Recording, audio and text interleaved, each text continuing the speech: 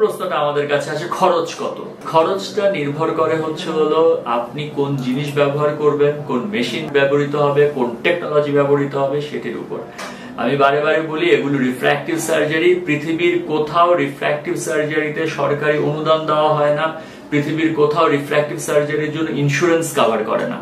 ICL লেন্সটি toric যদি হয়, toric পরে হলো আমাদের দুই চোখে ইমপ্ল্যান্ট করতে 3 লাখ টাকা। 3 লাখ টাকা, তার মানে কারো যদি এক চোখে শুধু আইসিএল ইমপ্ল্যান্ট করতে হয়, টরিক আইসিএল এ পড়বে 1.5 লাখ টাকা, দুই চোখে পড়বে 3 লাখ টাকা। আর সেক্ষেত্রে আইসিএল টা যদি নন টরিক থাকে, মানে আপনার যদি অ্যাস্টিগম্যাটিজম না থাকে, তাহলে সেটি পড়বে 2,50,000 টাকা। এটি হলো আইসিএল সার্জারির ক্ষেত্রে। পিসিএল এর ক্ষেত্রে সেম, টরিক আছে, নন টরিক আছে। টরিক যদি থাকে সেটিতে পড়বে হলো 2,40,000 টাকা দুই চোখ, এক চোখে পড়বে 1,20,000 টাকা। আর নন টরিক মানে আপনার যদি অ্যাস্টিগম্যাটিজম না থাকে, তাহলে পড়বে 1,80,000 টাকা দুই চোখ, এক চোখ 90,000 টাকা।